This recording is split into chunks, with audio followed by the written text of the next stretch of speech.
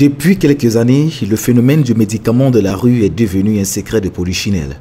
Que ce soit dans les grandes villes que dans l'arrière-pays, ces pharmacies d'un autre genre rivalisent avec les officines agréées par le ministère de la Santé. Au départ, c'était la vente des aspirines, Efferaglan et autres médicaments génériques. Les années sont passées, le médicament de la rue a pignon sur rue. Dans la ville de Douala, plusieurs foyers ont été identifiés. De jour comme de nuit, l'activité nourrit son nom, les clients affluent et les opérations se déroulent au nez et à la barbe des autorités. À la délégation régionale de la santé pour le littoral, l'équation de cette problématique semble une énigme. C'est une activité qui est encadrée. Malheureusement, certains arrivent encore à se faufiler au travers des dispositifs que nous avons mis en place pour pouvoir mener ce type d'activité.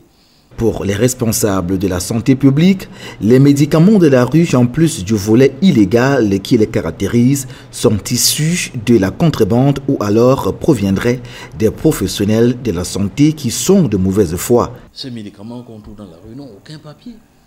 Ils n'ont aucun papier.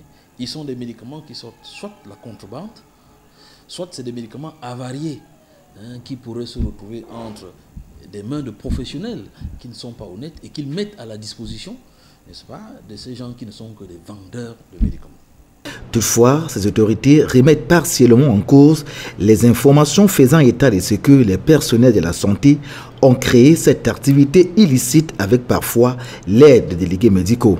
Les médecins qui se trouvent dans les hôpitaux ne peuvent pas avoir des stocks de médicaments significatifs à donner aux populations. Ce n'est pas possible. C'est-à-dire, oui, un médecin il pourra donner une boîte de médicaments, mais les stocks de médicaments significatifs qu'on trouve dans les marchés viennent des filières autres, parce que c'est des grosses quantités de médicaments. En général, c'est des filières des pays voisins. C'est des médicaments qui sont transportés dans des ballots et qui arrivent à se faufiler.